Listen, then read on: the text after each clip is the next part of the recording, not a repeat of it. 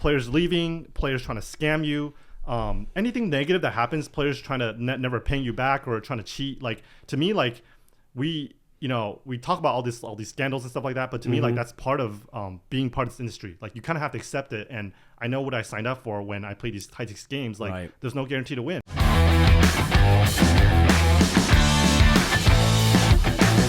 All right, this is the Nick Vertucci Show. I am Nick Vertucci, and of course, with my co-host here, Valerie Veronica Brill, and Andy Stacks is with us in the house today, which is always nice. It's good to have you back. Very good, very nice to be back. Yeah. Very nice to be back. What's been, well, a lot's been up. A lot has been Where up. the hell do we even start?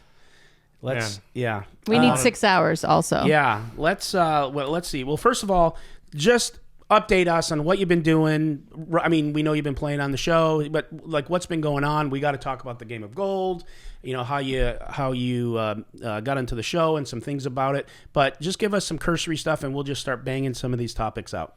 For sure. Yeah. Thanks, Nick. Thanks, Veronica. It's great to be back here. Like, man, I think the last time we filmed was that what? It was like a year ago. Oh, at least. Yeah. Okay. Yeah. Time definitely flies. I've been back in the U.S. since, and haven't been back to Asia. I've been playing a lot more poker on the stream, and I've been working on the business that I'm doing in Asia mostly, and just kind of just like settling back into where I left off before I went to Asia last time we spoke. Yeah, and it's been great coming back, but definitely a lot has happened. Yeah, and we're gonna get into all that. Are you back, or is it possible? I know with poker players, and especially someone like you loved being over there. Yeah, you just like it was a great transition for you. You were doing things you haven't done in years. You were hiking. I saw so much stuff, right? Yeah. Friends. Are you here for now? Are you here until you feel that the desire to go back? Like, what's going on? It's a good question. It's a question that I've been asking myself a lot, especially recently. I can see why she grew on you. Yeah, that's very cute. Yeah. It's a good question because honestly, like, it's one that I've been asking myself a lot. I didn't expect to come back to the U.S. and be fully immersed in poker again, like I have been, and because of all the recent drama and just all the politics and things like that, and obviously the swings, and I've been considering again to take time off and reevaluate what I want to do and focus more time on the businesses that I'm doing, but it's still up in the air. I haven't decided yet. But I think it's going to be interesting today to talk about a lot of these topics, Yeah. Is it because, this is just what we do here, is it because just poker, when you play as a lot, when you play with big variance, you're playing with big numbers, now bigger than you've ever played. I mean, you're playing in the biggest games. You're pushing to play bigger. Does it sometimes just has an effect on you if you just stay in it too long, right? Yeah. It's been having an effect on my mental piece, for the most part, and it's really got me evaluating again, like, how much time do I want to spend doing all this, and whether it's worth it for me, because I think there's a misconception that, like, I need to be doing this, that, like, I'm a grinder, and, like, that's, like, so far from the truth right now. Like, I only play on streams now, and I only do it for the exposure and for the brand and for the business that I'm doing. And I don't need to play, like, I never play in the casinos anymore. I don't really I don't grind, like, and even when I play on the show, like, it's obvious to me, it's obvious to the players that are watching that, like, I'm giving up expectation. Like, I'm not there to, like, of course you are. You know what I mean? Like I get criticized a lot in the Chinese community, actually, like, when they watch, they're like, oh, like, Andy's, like, super swingy, like, he makes a lot of, like, he's just, like, giving chips away, like, yeah, because, like, I'm playing on a show, like, I'm no longer, like, sitting there and just, like, picking the spots and just, you know what I mean? And so, but at the same time, at the cost of all this, like, it costing me money, and it's costing me a lot of, like, my mental peace. Yeah. Well, there has to be a balance of that. There's only so much you can put into splashing and create and helping your brand. Yeah, because, you played in a game recently, which we're going to talk about, that you were stuck about $600,000. I mean, listen, I don't care how much money someone has. That's a lot of money. It's a lot of money. It's a lot of money. It's a lot of money, man. Yeah. And if you run bad for a while, and though you 600, 200, 300, 150, like, it's tough emotionally. Of course, it's tough financially. Don't you think you could find a balance between running your business, still playing on stream, maybe maybe playing not as deep, as wild, as like, could there be a balance? Because do you love poker? I love it. I love the game. I think you should find, again, not my business, but a balance where like you're not in a groove where you're risking everything. And again, I don't know what you have, but I don't mean 600 is everything, but you're risking so much. Yeah. And at the same time, you're missing out on some of this other stuff that you love doing. So I was just wondering, maybe there's like a 50-50 bar in there somewhere. Yeah, I think there is. I think that's ultimately like kind of the dream, the goal, for most players that started off playing for a living and have built, some financial wealth from some success, is to eventually become, the VIP, right? Is the guy that's just coming in and can just afford to lose, and then, they have income coming in and they're playing recreationally, and I think obviously for me too, that holds true. There's a point where I think, in the future where I'd like to just play when I feel like and travel and just enjoy, and the losses are not going to matter, and I think that's kind of the direction that I do want to go.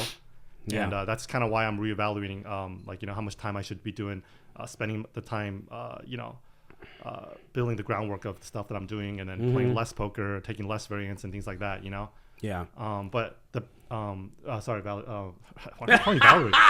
Because I've called her Valerie for 30 minutes while you were here. This is what my plan was from the beginning, is that nobody remembers her name. Yeah. That's perfect. No. I'm just curious because it feels like it's rolling into my question, which is like you just finished the season of Game of Gold. Yeah. And I kind of binge watched most of it this morning because I was like it was a little bit bittersweet because I was hosting Poker After Dark until it became Game of Gold. I see. And, they decided to not use me and they didn't need a host. So it was like, oh man, you took this like amazing show that I used to watch even before I was hosting it, and you've GG stole it, and now it's something new. And I was like, a little bit angry. And then I watched it. I'm like, this show is freaking amazing. Yeah. This show's great. And it looked like a lot of fun. So it seems like you kind of merged poker and having a good time together. What did you think about that show? That was one of the best experiences I've had. And I'm so happy with the reception of it. I think most of us going in didn't know how good it was going to turn out. I've talked to most of the players on the show, and we're like when we filmed it, it was because, it was filmed over a couple of weeks, and, and it was filmed in Korea, right? It was filmed in Korea. They flew all of us out there, in Seoul? They had their team there in Seoul. North Korea? Yeah, right in North Korea, yeah. I knew that was coming. A good one. No one would have thought of that. Yeah. So predictable. Yeah, the production of it, everything of it was done perfectly. It was filmed a year ago, so the amount of work that was put into this for the editing and the editing production was done so well, and you can see why it took so long because it came out perfectly. And I think the timing of the release of the show is perfect because right now, like poker streams, like all the streams, all the shows, like it's kind of like people are a little bit numb from it, right? Like all the big pots, like we can play gigantic pots on Hustler, like people don't even bat an eye. It's like, it's just people are so spoiled and used to this. Like it started from the $1 million cash game, right? Like, those games are epic, but they kind of like set a new bar for what we just talked about that recently. Yes.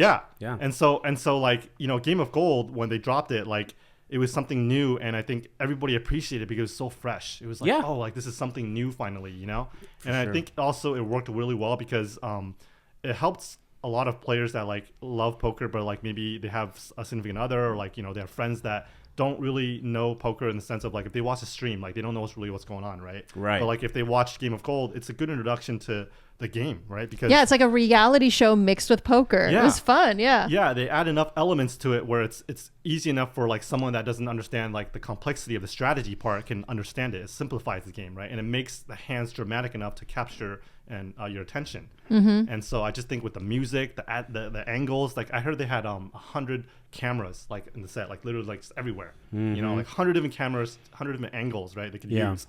And I just think they did a really good job with it, and I'm really excited to see where they're going to go from here, because I think it's only going to get better, and like they're going to add more twists and just new cast and everything. The twists were so good, and the fact that they paired you guys in teams, and then the second set of teams were like, okay, the winning group gets to be the captains of the next team. I was like, yes, this is awesome. And it was ironic that like Daniel Negreanu's team, the like strongest, got knocked out first. I was like, yes, this is a really good game because it's basically anybody's game at that point. It was so fun to watch. Who won? I'm telling you, Maria. Oh, okay. Of course, she's the best. Yeah. And she was the best heads up. She was like she was talking to Jungle Man, like she knows how to work the room. She was definitely a favorite in my head after D-Neg's group went out first with Jason Kuhn and those guys. Like I think she has a ton of experience playing in these formats, and she's extremely calculative, and she's constantly planning ahead. Even with the idea of like a lot of us were criticizing her or of her using her gold coins to buy time banks in a lot of the matches, and she ended up winning the entire thing. Not only the matches that she played where she used her time chips, but she ended up winning. And I just think like with her experience being on game shows before and the unpredictability of these things, and I just think she was definitely a favorite to win. So I wasn't surprised when she took it down. Huh? Yeah, very interesting. Val and I were talking today, and she was like, she sent me a trailer like an hour before I was supposed to be here, and it was an hour. And I couldn't watch it. And then I got the speech at lunch about the reason I didn't watch it is because it wasn't about me. And I said, no, it's because I'm busy, but I do want to watch it, and I will. Yeah. So if you were on that show, you'd be one of the first ones out, Nick. You'd be Tell me why, because I don't know what happens there. There's just so much. I just think like. I think you have spoon strengths. feed him, please. No, go ahead. I love it. There's team dynamics that, like in the beginning, especially with season 1, where like you have to work in teams, and I actually think that you have a lot of strengths that work for you. Like I was paired with David Williams, who is also another player that has been on game shows and things like that. He knew right from the start, like okay, like this is a one-man team. Like even though we're grouped together, like. There's only going to be one winner. Like there's going to be 15 players that are going to walk away with 0. Right. We took a 15-hour flight to Korea, and we're going to go home empty-handed. Did they even pay you for your time though? Did they give you a daily rate? Everything. Yeah. They were great to us. They paid for everything. Our stay, our travel. They had vans, like just VIP service. It was amazing. But what I'm trying to say is that like it was interesting because like most of us. Were aside from those players that had been on these shows like that, and I think Kevin Martin was another one that has that Kmart, yeah. But many of us didn't really know what to expect, and like we were kind of a little bit too nice in the beginning to each other, And I think Nick, that would be kind of where like you would have some advantage. I think is like you. I'm a dick. Yeah, I just think that's kind of required, and that's something that I feel if I was brought back to season 2, like you would change your approach, perspective. After all this, because I just think that it's that's required for these type of shows, to win is selfish attitude and just. What do you think? What do you think about season 2? Like, did they say they were going to bring anyone back, or did they give you guys a hint as to what they're going to do for season 2? No, they're keeping it all in the dark. That's kind of how they operate. Is all mysterious, and it's going to be a big surprise to everybody, and I would love to come back to season 2. I don't know I think it's a good chance they're just going to bring a whole new cast, If they did bring back certain people, maybe they would bring back like Daniel, I think would be a big one they would bring back. And it's really hard to say. It's really hard to say. Yeah. What was the part about why I'd be out if I'd be such a good dick about it?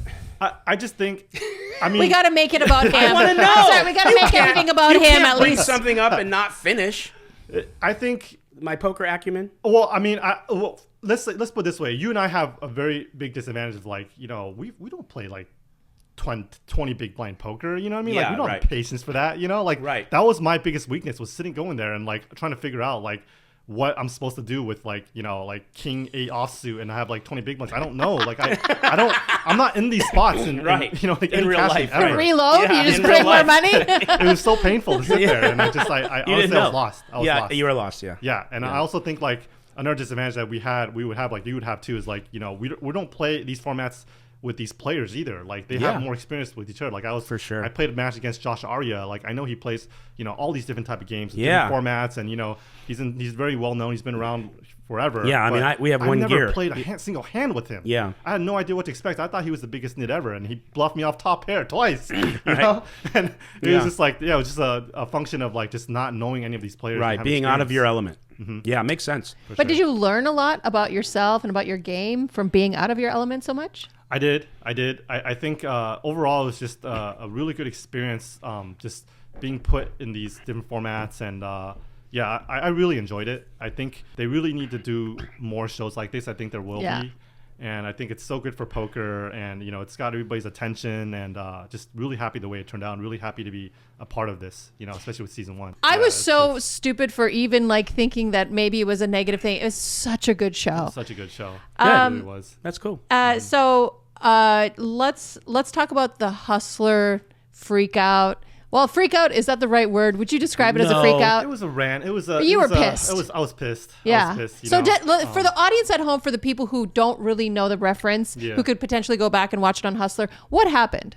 So midway through the stream, I was lighting money on fire. I was, playing a lot of pots. I was losing, and I lost a big flip early on with ace king, and another player had ace king, and then the third player had tens. It was a 3-way all in. I lost that one. And then it kind of went downhill from there. I was down a bunch already, a few hundred K. Were you tilting totally at 200K? Because here's what I didn't understand. Okay. I understand splashing. I understand building your brand. I understand playing differently than you would if you're grinding. But you were in a different mode that I just thought you were just lighting it on fire. I think I was happy to be there. I was happy to be a part of this the high stakes week, and I was generally fine, until what happened, which was basically Nick airball, and Santos got up suddenly, and you didn't hear anything from them. No, they just got up. No, I didn't know anything at all. I was under the assumption that we were going to keep playing, and here's the part that is this big misunderstanding, is that I was upset at myself at the same time. I was really upset at myself, but I was upset at what happened, obviously. But I wasn't really blaming the Hustler for what happened, because I put out a tweet the next day, and I was kind of saying a lot of people misunderstood that as an apology. I was forced into an apology. Berkey thought that was an apology. Yeah. Let's wait on that, because we want to get to how that misunderstanding happened, because Ryan had made a group text, and he forgot to put you in it. That's what he told me. So at the time, what was the group text about? That Santos wasn't going to play, but he did us a favor and played, because he was going to play in that home game, and that he was going to leave 2 or 3 hours earlier than he did, but he stayed. Yeah. And then Nick was also going to play in the game, but he was going to stay to the very end. But Santos didn't have a ride. And, Nick and Hustler, we want to cater to Santos too, because we want him to come back on our show, and he's good for our show. And so Nick Airball went to Ryan, and that's why I want to get this out first, so when we get to the other part, went to Ryan and said, I'll stay if you want me to stay. I would never leave a stream early, but he's asking me to. What should I do? Do you care if I do? And Ryan just said, fuck, fine. Go ahead. He already played when we were. He couldn't take an Uber? Is he that much of a VIP that Nick wants to drive him? That part I don't know. And so then those two just started racking. And then I think after that, not too long after, maybe the professor. Oh, the game just snap broke. It just snap broke. And it was funny too, because, people think that you and I got into a thing, which we did. But when you were at the table and you were starting to rant, they turned off your mic. Yeah. I thought that was bullshit. I was texting in the thread because I was home. Yeah. Turn his mic back on. Let him cook. Yeah. Because that stuff's good, it's okay. I understand. Just so you know, people don't understand, I would fucking be on monkey tilt. You had every right to feel emotions like that. For sure. I think most players would probably flip the table over at that point. It's not normal to be down $600,000 in this game, and the game just snap breaks. If I'm at the pits, back in the days when I used to fire, they don't tell me when I can stop betting. You know what I mean? I'm firing and I'm down a lot of money. You're not used to, as a DGen, for someone to tell you you're done. You know what I mean? You're gonna keep firing. Except your 600K loss. Yeah, and so if there's an opportunity to keep playing, and keep firing and keep lighting money on fire, let me do it. And then when the game just broke and I was promised this game is gonna go for 5-6 hours, I want my 5 to 6 hours. It had an hour and a half left, right? If I hit a million and I lose, that's on me. But I want the game to keep going. It had an hour and a half left. So you went into the Hustler chat when the game broke? I went into the chat when the game broke, which I never do. I never go in the chat, But I was so mad. He needed an outlet. I needed to. Yeah, it wasn't enough for me to rant to Rampage and Jungle, who were also down, but not as much as me. And they understood my pain, but I need to. They played heads up. Yeah. After the While game broke. Andy's ranting. No. Yeah. Andy's left the game. They're playing heads up, and then after Andy rants, he comes back and plays free-handed. I went to scream at Ryan, and I came back. So what were you ranting about in the chat?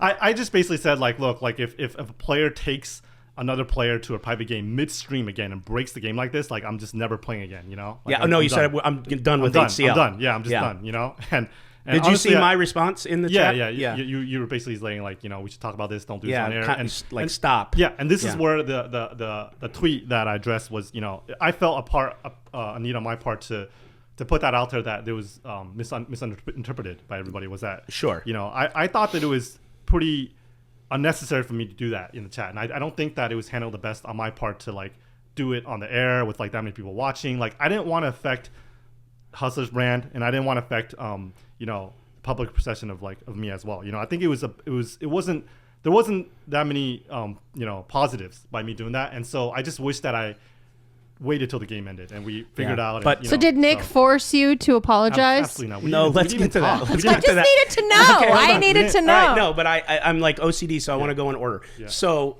and then when I'll just leave the room. Let me know when you're done. You shut up. When I get to the point to where like we're there, then you could just cook like and go dig into everything. But I just want the people to know in an order it happened because you don't know. So which you know everything, but this one you just got by you. All right, so. We're going to break up for sure again, okay?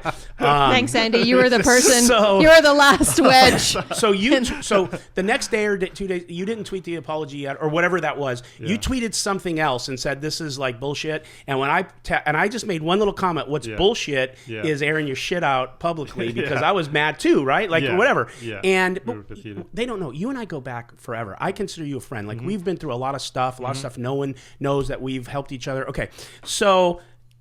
To your credit, you didn't respond. Yeah. You just went quiet. You just said, you know what, whatever. And then, I don't know how many days later, you put out that tweet that they called an apology. You called it just taking accountability. Yeah. And then that's when Berkey texts something paraphrasing, like, come on, like this wasn't forced, like at gunpoint by Vertucci to write the apology. Sure. And then him and I started going at it and said, you know, I said, you know, again, you don't know what the fuck you're talking about. Number one, Nick Airball, you know, he was saying on his podcast, he's not loyal to the show anymore. He's poaching people. Like Nick Airball fucking asked permission to leave, and there's no one actually more loyal still to this day. And so that's wrong. And then, you know, me forcing you at gunpoint to an apology, which is just not the truth, is wrong. And that's always been my point. He's fucking never right, and he never researches anything before he fucking opens his big fucking mouth. So that's me. That's not you saying it. You're good with him. I'm good. Yeah. But so now, Cook.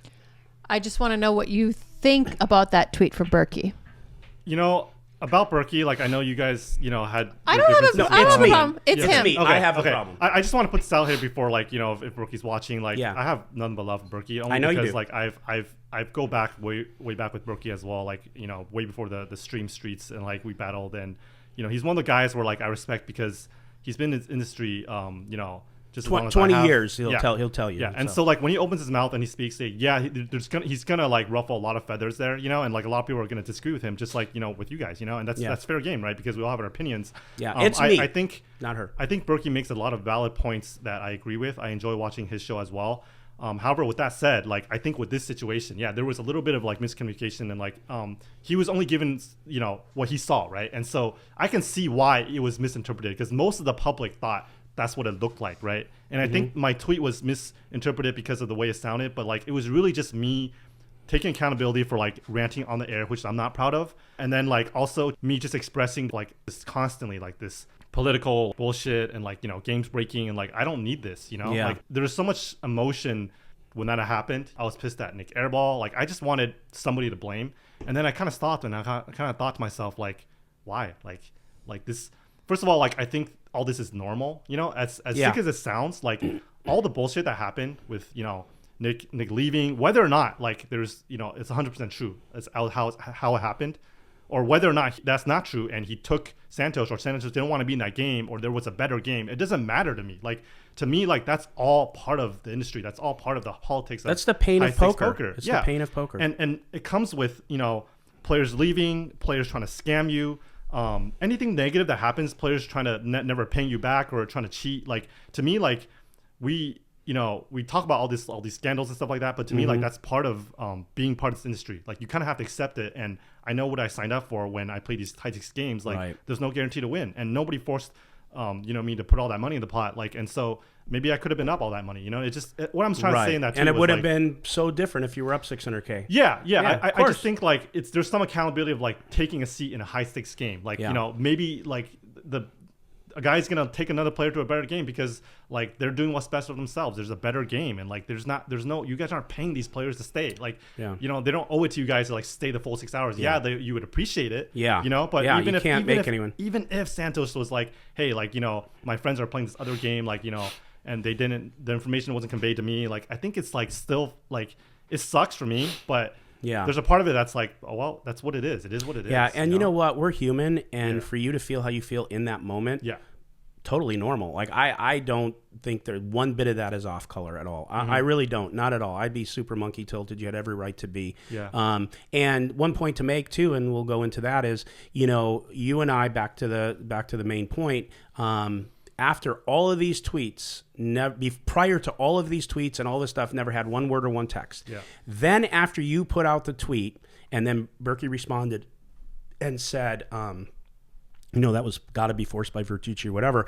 That's when I text you and I said, we should probably talk now. Just because it needed to run its course. That's why you didn't respond to come to me. You didn't respond. I didn't reach out to you because I knew if I reached out to you prior to all this, that's what it was going to be, right? Yeah. But I knew you and I would be okay. I knew you and I would because we've had other emotional moments where we've like had a few disagreements and you've been upset about a few things or you come to me and we work them out, right? Like, so I knew that would happen, but I was smart enough. You were smart enough to say, I'm not going to respond to that because this is really hot right now. And I was smart enough not to reach out to you so that didn't happen. Yeah. Right. Okay. So, yeah. And the reason why I responded to Berkey's thing later on was like, we talked about it and we're like, let's let them think what they think. It doesn't matter, But then they just kept coming in. The questions are like, oh, why did you apologize? And like, I'm just like, I'm just gonna address this. Like, I didn't apologize. Like, I'm still pissed about them leaving and the game breaking. Like, that didn't change. Of course. But it's just I want to let everybody know. Like, look, man. Like, I don't need to like beg to play on the Hustler. Like, it's not. It's if anything. Like, I tried to leave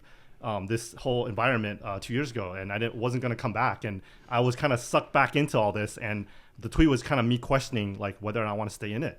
You know what I mean? Yeah. Like in fact, it's the opposite. It's not like I need to like bend over to like get seats, and like you guys are forcing me to do anything. It's more just like me deciding, do I even want to keep playing, under these conditions? Totally. And there was kind of just a reflective tweet, just putting that out there, but at the same time, like taking accountability and being like, look, I could have just waited till after the stream. I didn't have to go in the chat and, put that out there with 7,050. I don't even know how many people were watching, but, that's what that was about. One thing I want to say is that it's interesting to me why even if you did apologize or feel that was an apology, why that's a bad thing.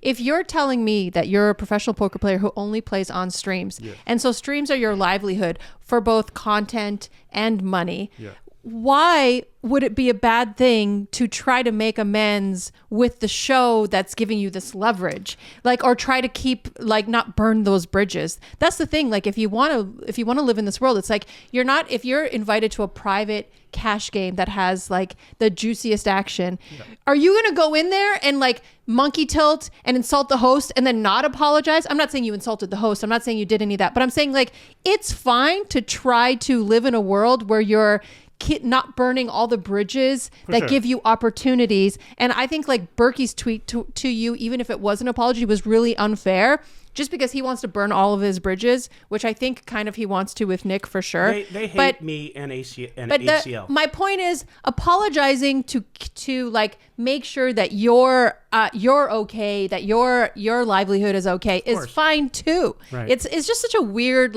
it feels like a playground, a schoolboy kind of conflict at this point to talk about that thing being an apology. It's a weird thing to me. No, I think you have a really valid point there. I guess I just wanted to express that it wasn't the way that Berkey was trying to make it sound which was look, I'm scared I'm gonna lose my seat. Yeah. If anything, like I said, there's the tweet was the reflection of emphasizing I don't even know if I want to play after that. At this point, to be honest, I'm sorry for interrupting you, but at this point, I feel like the rivalry between Berkey and Nick is becoming I'm sorry to say this, kind of like circus-ish. Like any opportunity Berkey has to say something, he does. Yeah. And it's almost like stepping back, and it's like, okay, kids, like you're both suspended from school at this point. Like no one's being like, you're right, you're wrong, you're right. We're all it's just so often that it almost becomes like, oh God, here we go again. Between the two of you. Of course. Just saying. Yeah, I'm a counterpuncher. I never start it. That's the truth. I'm talking shit now this week. It's true. No, it's true. I'm talking shit. So anyway, there's my point. Fuck that. No. I'm talking shit this week because of that, and because all week with the cheating scandal with the Nick Airball stuff, which we're going to talk about, all that fell back on the Hustler, and all these insinuations were happening over there on that podcast. And like I said in the other podcast, you had Conrad when he heard like the commerce is opening, almost going into a prayer, going, please put them out of business. Was it a hymn, like a Charlie Carroll hymn, or I'm a hustler, I'm out of business, my childhood trauma? And these clips, I don't watch. These clips are sent to me, and I'm thinking, fuck you, like stop, like at least say the truth. So with your thing, it wasn't the truth, and it bothers me. You're the gasoline that fuels the poker engine. I know, it's actually you and Berkey. It's actually good for his podcast. No, it's you and Berkey. And You're it's both good for fueling. Yes, I'm saying it's probably like that's probably the only time anyone watches this show. Okay, just kidding. So back to Andy. Just fucking around on that one. You know what's really funny is that they have a really, really cute cat on their podcast too. Oh, they do? Yeah. It's Marley's cat. Yeah. Is that what it is? Okay, I've seen it a bunch of times. It's super Chansey, cute. yeah. We got to just bring those two together and just let them fight. You know? Yeah. Duke it out. You know? Yeah. See who's cat. Yeah, just each other's abuse the animals in the process. Great, guys. Great job. Now we can see why. I've seen that one. Yeah. So I know that like talking about private games in LA or private games in general is like a sensitive topic because, you know, there's a lot of people whose lives are dependent on these private games, a lot of hosts making a lot of money. So I like with that being said, whatever you can comfortably talk about, I'd love to hear from you because Wesley put out a bunch of tweets accusing a lot of people of cheating and Mars being the big one. Just curious what your thoughts are. Maybe you could talk about LA private poker if you can, if you've been to any games, if you've ever been cheated or anything like how that. How to avoid cheating, some of the things we've talked about. For sure. Don't go. That's how you avoid. Stay home. Stay home. Stay home. I'm really sad with all the recent news of all this, you know, especially because as a Chinese poker player ambassador for Chinese poker players in general, I've in the past tried my best. Like the last time we spoke, I've tried my best, you know, over the years to try to defend the Chinese players, their behavior, and to explain and try to make a very peaceful, playing environment for everybody. So like international players understands like where we're coming from and things like that. Because I'm kind of the bridge, right? Like, and so like I'm really sad seeing all this, you know. And we've lost a bunch of like high stakes players because of all this. You know? It's a shame. You know, it's like it's saddening. It's really sad. And but I will say this, like I don't want to, accuse anybody, you know, today because I don't have all the facts because I purposely distanced myself from that circle. Like I don't play in those games, you know. And the reason I didn't is because I kind of know what potentially could go wrong in a lot of those spots. And like I said, I don't need to be in that position to put myself in the spots, right? And so I don't have all the facts, so I don't want to start saying like I know for a fact this player did this. You know, all I can say is that like I think this was just a matter of time. You know, like I think when you see players like dumping bricks of cash, like flaunting it, and showing off and posting pictures of all their sports cars, like I don't think there's anything good that can come out of that. Like I don't understand the need to show that off. Like I don't think it's gonna like what do they think, like they're gonna like impress their friends, or like they're gonna have like there's nothing. You're only gonna attract people that are gonna try to scam you, right? Like when you do something like that, like you're not impressing anybody. Like there's a lot of money we're in Hollywood, you know what I mean? Like, and so I just think by doing stuff like that, you're putting a target on your back. No matter who you are, not pinning out one person or two people, whoever you are, if you do that, that's an indication of some sort of insecurity or a want to be that. I don't ever see people that are really deep, that really have a lot of cheese or have old money, ever do that. That's a flex So you're that I telling think me is ridiculous. You're telling me that the people who were flexing were the ones getting cheated? I think they're not getting the sympathy that, or they're not getting the support and the sympathy that maybe they hoped for because they did things like that. And it's almost like it comes with the territory of how you're presenting yourself. Like, you don't ever see me like do things. I keep a low profile, and that's how I'm able to survive for 20 years in this industry. You know, I've been scammed before, and I've learned from that. And after that, I don't put myself out there. I don't post pictures online of like, you know, like, I just don't think it's necessary. I think you're going to attract people that are going to look at that and be like, this is an opportunity for me, you know. And I think, you know, with my age, like, you know, I have that advantage over them because a lot of these guys are like in their 20s. And yeah. it's like, Well, you know, both Nick and Wesley are new to poker within Yeah. the last year and a half, right? Yeah. And I will tell you this, especially Nick, and he'd know, I'd say to him, I don't think he's missed making one mistake he could possibly make. He's made them all in order, and maybe he's got a few more in him.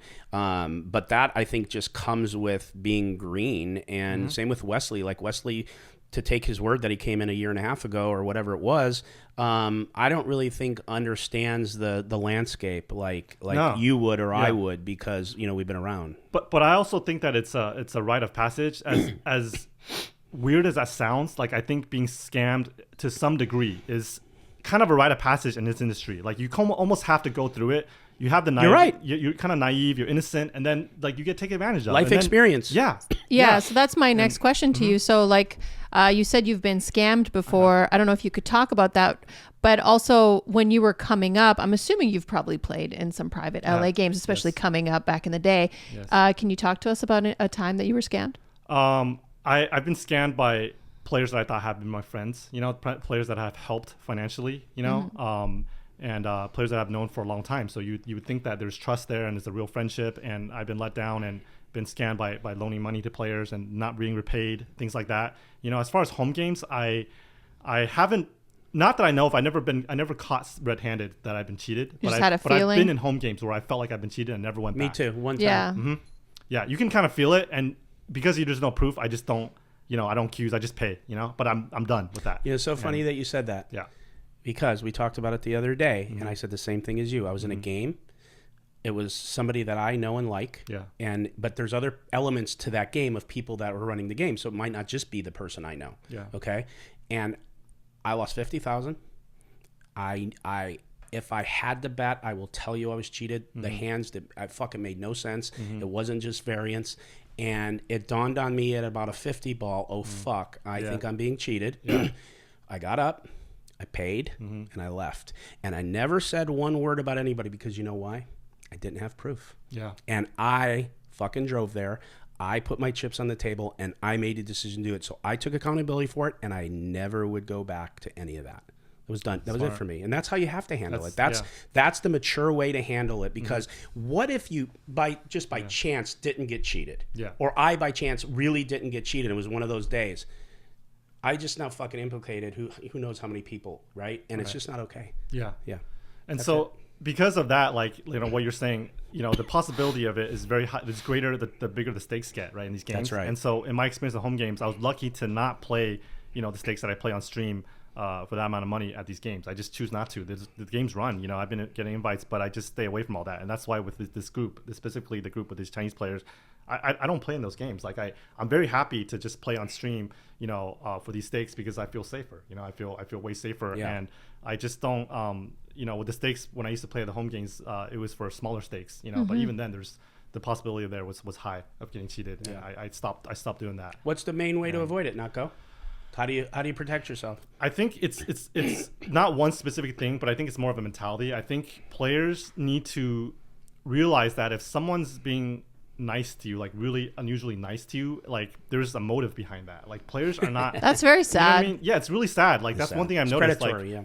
it's funny when players try that on me now. Like, I think they think that because I'm like, I present myself in a certain way that, like, you know, maybe I can be scanned, but, like, you know, I'm the last person I'm the really bad target, because, like, the second someone comes at me, whether it's a DM, whether it's like, you know, whatever it is, like, they come approach me, like, if they're coming at me and they're like being nice, super nice or extra, like, my first thing is like is just, you know, I get alarm bells. I'm like, okay, what does this guy want from me? You know, like, I'm very high guarded, you know? And so when I get invites to home games, we're like, oh, this is a good game. Like what's in it for them? Like, why would they invite me? You know, like, I'm not, like, I've been in this industry for so long that my first instinct is to question why. right? And so I think to answer your question about how do you avoid that is to have your guard up against players that are against people that are approaching you. Yeah. And, it's seemingly a little bit like too good to be true, like, I think it something to be said about, for example, like, the private jets, like expensive dinners, like why? Like, you think these guys like you for your personality? Like, you think these guys are actually inviting you to all these things because they like you as a person? No, like, they want to outrake you, and they want to. They see dollar signs. Yeah, of you know what I mean? It is what it is, and it's really sad because I think, especially when there's two players, right, and you have both these guys thinking that they're hustling each other, like. They don't know that, right? This guy thinks he's working this guy, right? They're like, oh, I got this guy on by the balls. Like, this guy has no idea, and the other guy is doing the same thing, and they're both playing each other, right? Yeah, and it's sad. the saddest thing because they're spending all this time together, and like life is so short. Like, you're telling me like you're just gonna try to fleece this guy, and like you're going to like all these events and parties together, and like at the end of the day, it means nothing, right? You're just trying to like steal from the guy, and it's just a scam. The whole friendship is a scam. Yeah, it's a shame. And so it goes back kind of like my tweet is like. Even like, I'm not involved in this, but like, is this the kind of environment that I want to continue with? Like, now I just turned 40 this year. Like, thinking about the next chapter of my life, like, finding mental peace and like actually like feeling good about what I do every day. Like, is this the type of environment, or is this the type of people that I want to be around? Because I still get endless people coming up to me in my DMs, just asking for stuff, just like constantly trying to take. And I'm so sick of it. Like, people trying to be nice to me and thinking that like that's gonna do something, like they're gonna like sway me in one way. Like even like, for example, like these games that Hustler recently, right? Like, there's very well known, like there's two very action players that I've introduced to the Hustler stream. They're from Shanghai. They're friends of mine. And like the second they came off the plane, everyone wants to recruit them? Everybody is like either being sucking up to me, or they're like going behind my back trying to recruit them. Yeah, of and course. It's just endless. That's just how it is. It's just like, man, give it a break. Like give it at least like a little bit of time. It's like they just got off the plane. Like their friends are bringing up. I see the texts. They show me the texts. Yeah. They're like, this guy's inviting me, and like they don't even. They're just like, aside from this being both being Chinese, right? Like there's no connection, but they just see dollar signs, and it's so gross, man. Like it's just so grimy. And at some point, how did Saya get their number? I honestly, I don't want to. I'm fucking around. You don't have to say. Yeah, it's. That was a. You never told me that. I just assumed that's who it was. She's not one of them. Oh, good. I like her. For the people watching, you know who you are. Like, I'm not gonna throw you on the bus. Like, the players know who they are. Yeah. And there's so many techniques with trying to make it seem like, oh no, it's my friend. That it's very clear to me like what they're trying to do, and it's fine because that's part of the hustle, right? Like, all high stakes poker is. Cash games now is it's one giant hustle, and it's the game within the game. And in order to survive as a pro, in 2023 is having these skills now. And it's a sad thing because, one thing I want to go into later is like about tournament players. Like I'm starting to feel so much admiration for tournament players that play high rollers and things like that. They have their own politics, right? But like they have their own issues, but there's something really pure about just showing up, to a tournament. You have the money, you buy in, and you just play. And you just like, even though it's not 500 big blind poker and like the decision making is different, but there's something pure about that that has been lost in like the private game scene and these cash games. It's like not. No one can poach your chips when you're chip leader at the tournament. It's not. Yeah, exactly. Yeah. It's not about poker anymore. It's about so much more now with the politics of these high stakes games, and it sickens me. It's about just insincerity. It's about like. Trying to say the right things to people and like trying to wine and dine them. And it's like, I got in this game because of the love of the game. I missed the strategy part. Like if, back to, what people called me the silent assassin, it was because I didn't need to talk back then. And, I love just like focusing on the game and playing. But now it's turned to this thing where it's like, you have to be politics. I'm part actor, I'm part politician, I'm part poker player. And it's like, I'm none of those things at the end. I'm actually, and it's just like, I'm just like, what is this? I'm very kind of taken aback by your attitude today because I felt last time when we interviewed you, you were a little bit performative, a little bit like rehearsed and maybe a little buttoned up. And today I'm feeling a lot more passion out of you, but it feels like it's taken a shift a little bit to the negative.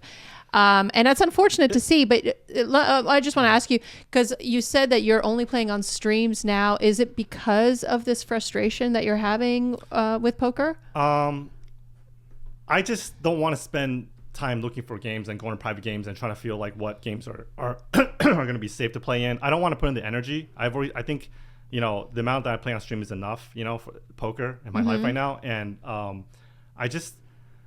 when you say like negative, it's I'm trying to be real, you know? Yeah. Like I don't want to sugarcoat it for people watching, thinking like it's all like just rainbows and butterflies with these things. And it's like I want to be realistic, but I also want to be like with the politics, right?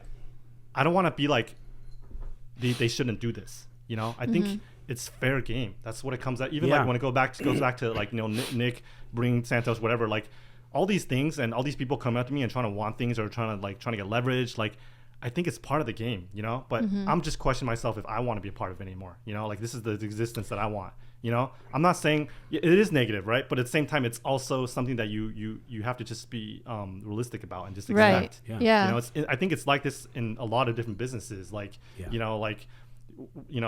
with Amazon or whatever, the biggest competitors, Facebook, like these guys are not like, they're trying to kill each other, right? Yeah, they're trying to sink each other's businesses. Yeah. And so whether it's poker and private games and things like that. It's dog eat dog in most competitive markets. It is. Yeah. It is. It really is. And it's just how it is. You know, that's why I said, Andy, maybe, again, you're going to do what you're going to do. Yeah. I know everyone out there, including myself, hopes, you never leave poker.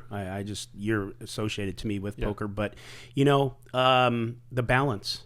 Yeah. I think the balance is everything. Like to be able to just put yourself in the positions where you play when you want to, at the stakes you want to, that you're comfortable with, and understand all the landmines around you and just stay away from them. Yeah. And the cat's butt in your face. Cat's giving me some ass. And just find it that way, because I don't think you're ever going to lose the desire to have that competitive edge or how great poker is, because it's so unsolvable. And, like you said, you could just be quiet before and really think that's what you enjoyed the most versus having to put on an act to get a seat, right? Yeah. So I just think you should just be you. And again, this is my opinion, and just find a balance, because you can work a business. You can have a regular life. I just think that's the way to go. Because you'll always be hankering to come back because you love it. In my opinion, that you love it too much, right? And by the way, you said something too, and it's just true. What people don't understand, and the reason that it's so prevalent now, is because we have technology. Yeah. Because we have because we have technology. I kind of like the bullshit going on with the cats. Because we have the technology, everyone knows about everything. Yeah. Okay, but cheating has been going on in poker since the day poker started. Yeah, that's true. Since the day it started, with friends, with friends, and friends, all the old OGs that we admired. Come on, man. If you really dig into the past, like this was going on from even some of the legends. I'm not saying it's right, but now we have all these mics and all the Twitter and everything else. And so it just seems like it's dirtier than ever, but I don't think it's any dirtier than ever. This has been going on forever. And even now, I think online poker is going to be challenged to be as big as it was because of what's happening now with the RTA stuff and all the chip dumping and everything else. And I've talked to a handful of really seasoned online players that have just transferred into cash. They won't play anymore. So there's it's just always going to be, man. Yeah. So you alluded to tournaments. Yeah. And so are you thinking you're going to shift more into tournaments now? Maybe high rollers? Probably not that quickly. I think, the dream is, like I mentioned earlier, it's really to play poker completely recreationally and be able to travel for me. I think a lot of that will, it makes more sense with tournaments. I think right now with the business that I'm working on in Asia, it's still very poker related, and it's going to be along that. It's too early for me to talk about, but it's going to be in that lane where it's going to be building a future where I can be able to do that. And I think that's I'm able to still compete, even though it's not going to be 500,000 big blind poker, but it's going to be, I'm going to be able to travel and still play poker. I think that's your sweet spot. His new nickname will be 20 Big Blind Andy. Yeah. I gotta find a new nickname. Garrett's comeback. What do you think of it? Oh yeah. What have you thought of it? What do you Did you get invited to that game? I did, yeah. I did. I chose to not play it. I think the big bet or the WPT? The Bally's. Bally's, okay. Yeah. There is so much unresolved conflict with this thing, right? The reason why everybody's still talking about it, you guys do like 5-hour Twitter spaces, talking about this, like it's because like there's no resolution to this, right? Like nobody has closure. Like it's just like there has been nothing. It's just one big mystery still, and it's still right down the middle, like, you know, with most of the community, right? Like, and we can go on forever about that. I think like the topic of whether she cheated or not has been talked to death, and, you know, whether his ethics was brought into question has been talked to death. You know, as far as his comeback, I think it's very clear that, like, you know, he's still a big draw to these games. He's good for poker. Yes. People love watching him. I miss battling with him. I miss his presence on the table. It was a lot of fun times with us. Yeah, it was. We had a lot of good times. Just not even about the poker, just the laughing and all. I miss seeing the two of you at the table. I miss it too. I actually rewatched some of the streams, like, you know, just like pull them on, and like, you know, back in the days we used to play, all three of us used to play together and saw that, and yeah, it was very nostalgic looking at that, you know. But I'm sad that, like, again, back with the politics, you know, it's sad that, like, I have to even consider, like, oh, should I play at Bally's? Like, I hate this. I hate that there's this division, like, with Hustler and Bally's, and, like, you know, like, oh, if I play this, what is it going to mean? Like, people are going to think I'm anti, like, Bally's if I don't play, or it's just, I just want to play poker. I just want to play in a good game. I just want to play a game that I love. And it's so why didn't you play? I don't want to make any strong statements with what's happened with Garrett. And I think me coming back on any stream is, like, it's too extreme, you know, like, I'm going to get hate either whatever I do. Yeah. You know? So speaking of strong statements, what did you think about him still kind of leaning into this Jack 4 stuff? Like, he bought in to the same amount that she gave back to him, and then he bluffed with Jack 4. Yeah. And he's still kind of rubbing it in a bit. Like, I understand his perspective. He does feel he was cheated. I think it's funny. Like, I think I understand where he's coming from, and, like, I think it's fair game. Like, if they're doing it to each other, they've been trolling each other for this. They have, whole yeah. year, you know. And until something concrete comes out, like, it's fair game. I think it's fun. And it's like, it's fine. Even like with Wesley, like, nonstop, like, he's just putting Sia and Mars on blast. Like, my entire timeline is just like, and then he wants me to blast it for him. You know what I mean? Like, like, it's just like, I understand it, because, like, hey, if they cheated me out of $1 million, like, you wouldn't hear the last of it. You know what I mean? Yeah. Like, I've been doing the same thing. Right. And so, like, we're not in their position. We're not Garrett. We're not Wesley and these guys. And so, like, I understand it. You know, I think it's fine. You know, so that's all I can say about that. Yeah, that's fair. What goes through your mind with trying to balance, like, the politics of being invited still to Hustler, but wanting to play at Commerce and wondering why you can't do both? I think it just comes down to having a conversation with both owners of both streams and just being honest, just being straightforward. Be like, hey, there's a good game here. And I'm gonna have to go where I'm gonna go, you know, and, like, it's understood that, like, the streams are gonna do what's best for their interest, and the players are gonna do what's best for their interest, and a lot of times the interests align, and that's that's the beautiful thing. That's why I've been, you know, playing with working with Ryan for so long. So, are you saying that you're gonna go play at Commerce? Oh yeah, there's a good game there. Yeah, for sure. Like, I just think, like, it's fine, because it's like, I mean, permission to speak. Like anybody can play anywhere, right? Like, nobody. It's like all the players. No, I understand, but you know what I mean. Yeah, like, there's no, like, none of these streams are, like, you know, contrary to what people think, like, none of the streams are paying any of the players, right? Like, Nick Airball doesn't get 100K. Like, I don't get, like, everybody's on their own. You know what I mean? And so, like, they're gonna go where the games are good. Yeah, and basically, I think what the layman's translation to what you're saying is, like, look, it's your business. Yeah. You're going to do what you have to do in games and put yourself in the best EV, right? Plus EV. And there is a smidge of loyalty because of the past, which you add into a little bit of the formula, but it doesn't take away the fact that you're free agent to do what you want. And then it's the show's obligation to give you that best game so you don't go there.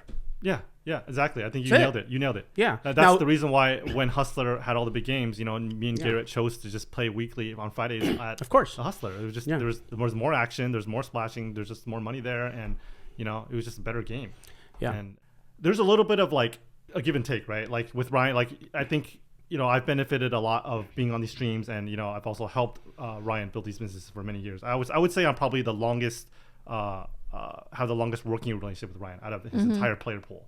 You know, I was pre-Ryan even moving to California. You know, I've been alive, but I'm the last player that's still here, right? And that has supported his streams over the years in shitty games, and just to make sure they go, even with, like, a 24-hour stream, like, make sure we finish that off. And so, like, there's a little bit of, like, history with me and Ryan and things like that. And there's a lot of understanding. So it's there's a lot of give and take. You know, he understands where I'm coming from, and as long as we have a open communication and conversation about all this, I think it's fine. And we're able to still work together very, very, very well. You're an asset. People love to watch you play. You're is just as important to us as we are maybe to you to have those type of games. For sure. So there's just a different mixture of this stuff, and there's no perfect widget, you know?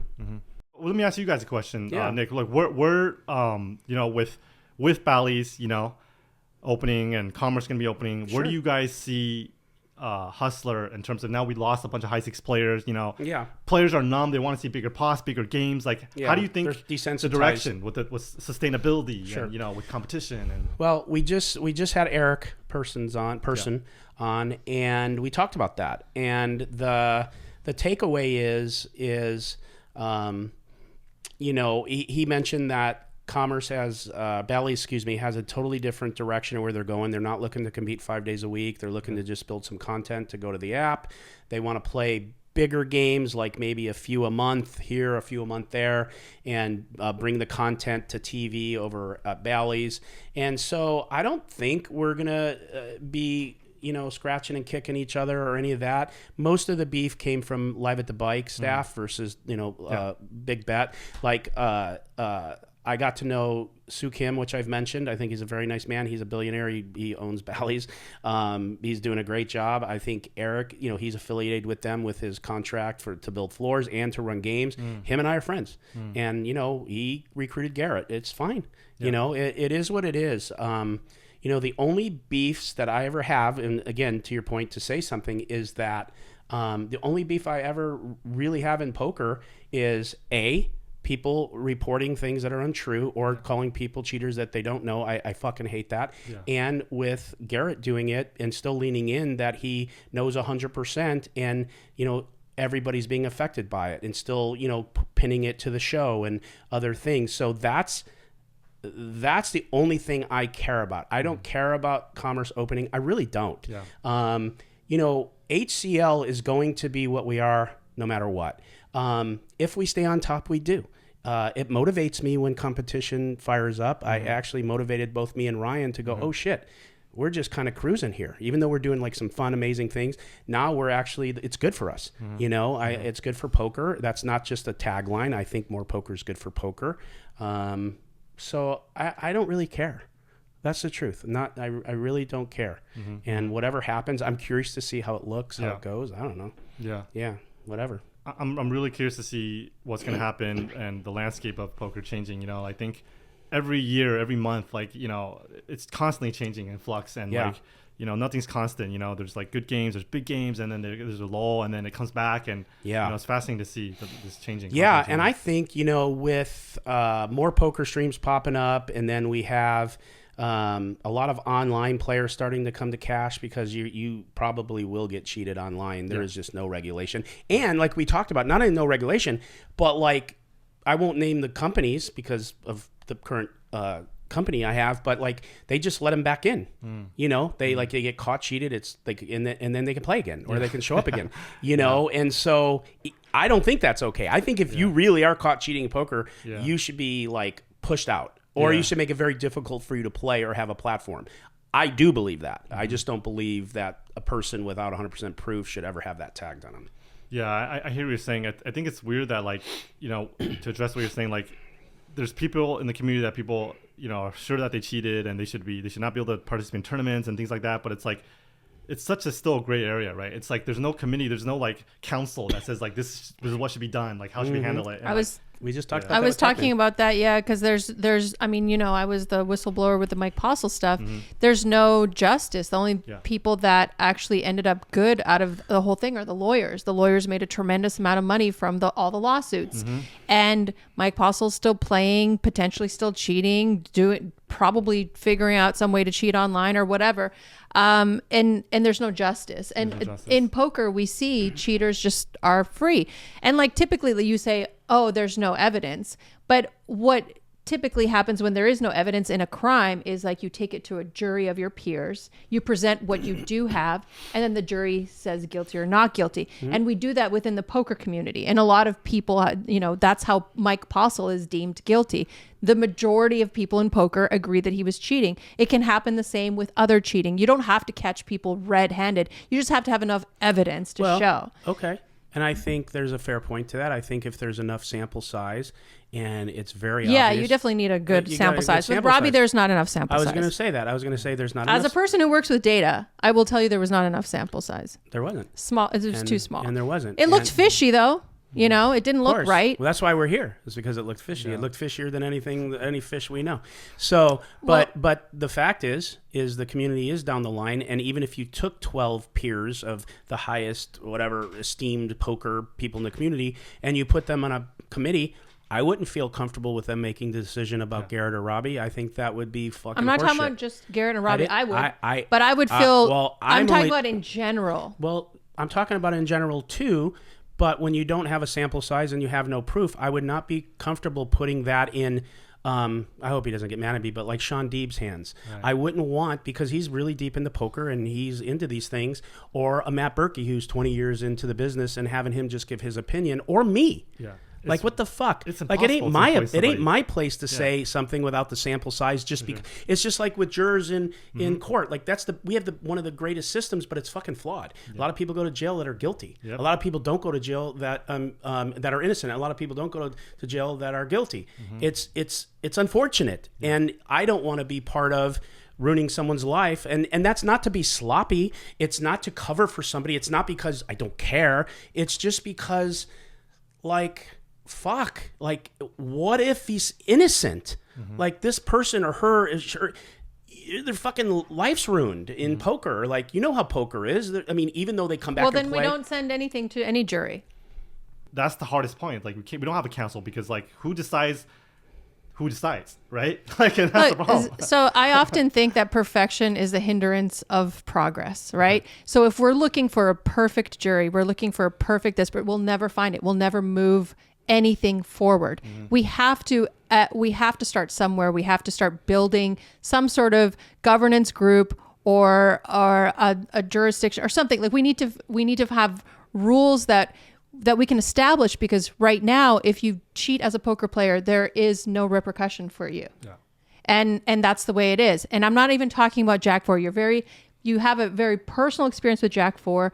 But I'm saying, in general, if there is cheating, there should be a jury of our peers where we can exclude people, because we know that the DOJ isn't going to do anything, but we should be able to exclude people from poker if they are cheaters. But then we would need the entire community to implement what we recommend, and that's not going to happen because money talks. Yeah, exactly. They're going to let all these players play because they're going to show up with their buy-in, and it's more money for them. Why would they say no to it? Yeah. There needs to be some kind of progress, and you know, with you guys having discussion, with everybody watching, you know, leave your comments down below on what you think is a good, you know, resolution to this type of thing. Yeah, because we can't let people just get away with this shit. Like, I just see it time and time again, right? People just, like, they do something really shady, and then, like, someone rants about it. They take a picture of the guy. Hey, he's just sitting on this table. Like, how is this guy, like, give me a chance to, like, take all give our your buy-ins? input, and it's just put your input. Yeah.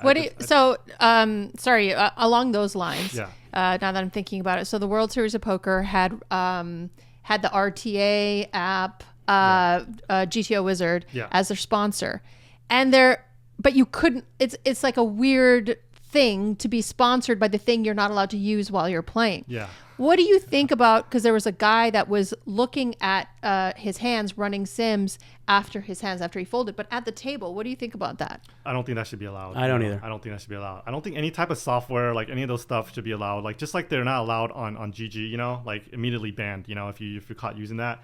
I think it should be the same, just hold true for live events, you know what I mean? Like, no, you don't, it hurts, like, just everybody. Like, you don't want to be, nobody wants to be in a game where some guy's literally, like, running software on their phone, like, while you're in the event. You know what I mean? Like, it's the same thing as when I'm on live stream. Like, I don't want players standing outside waiting for the hand to air so they can see what I had.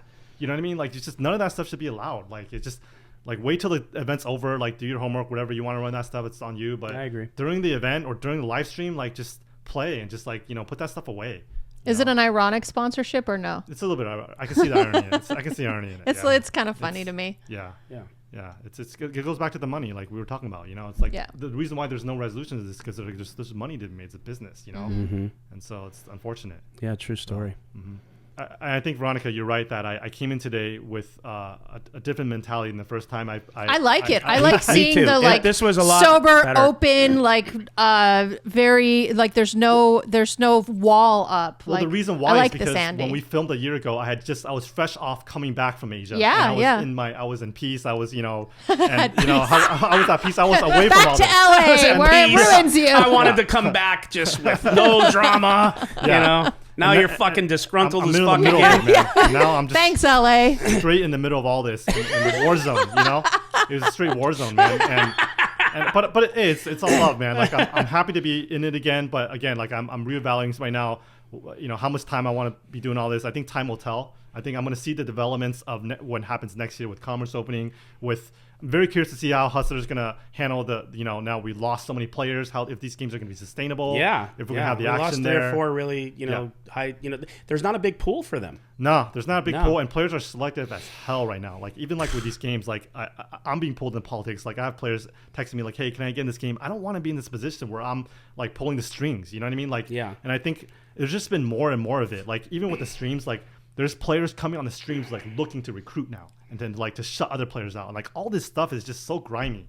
I hate it. You know what I mean? Like everybody that plays on stream, like they have their own agenda. It's fine, but I think there's a line that needs to be that cannot be crossed. Like there's still ethics, right? Like, but even if like we talk about them, and just like with the cheating stuff, like people are not going to care. They're still going to do it. They're still going to come on. They're still going to go behind your back. Yeah, they're still going to do all the grimy shit, coaching. All of a sudden, everyone's going to be too it's not weary. realistic. No, they're going to be going full blown. It's not realistic. For sure. And, unfortunately, because it is grimy like that, and because everyone does it, and because it's the nature of the business, and everyone's recruiting, I walked in the Commerce to eat a pork chop, and they walked me out. Because He's 86. I saw it. Just because, I own a show, and I'll probably take someone out of there. But that's just the gross nature of the game, Yeah. Yeah, 100%. I'll go to Commerce and play some 510 and order a pork chop and mashed potatoes for you. I'll give you a review. in and bring me a pork chop. I will. Fuck? I don't want to sit there and I'll watch bring you one to go. 6 hours before I leave. I was going to say, you order it, 6 hours, play, and then bring it to me. Yeah. I bet you missed that orange chicken at the bike though, huh? Or the Galbi. You missed that there? Oh, I do. That chicken bowl that I used to order. Didn't you order it all the time, you told me? Dude, I'm such a creature of habit. Yeah, I would get the same thing. I miss eating at the table, even though it's bad for production. Yeah. I miss all the fucking laughs we had. Like it just was like I tell you, when I look at that too and I see some old stuff, I feel that nostalgic. Like that was a big part of my life, really and that's like why I said, like business wise, that's how I feel about the Garrett situation. Personally, it saddens me, because. Yeah. This is, you got one life. It's so short. Like this is all nonsense, but it's unfortunate. Business is business, right? And so everyone has to take their stand. Well, I think that's. Yeah, this was a really good interview, Andy. It was a pleasure talking to you, the more LA beaten down, sick of life guy. You know. Yeah. I think we covered a lot of great topics. Yeah. I hope people watching has gained more insight on my views on these topics. Again, like.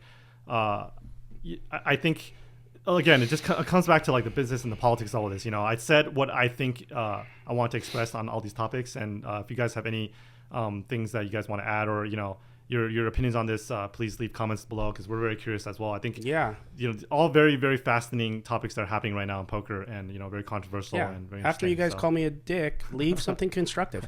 Like we want feedback, right? We want feedback. Yeah. So well, for myself, Nick Vertucci, and for my littlest fan here, Valerino, and Andy Stacks, who this was a great talk we had. This is the Nick Vertucci Show. NV out.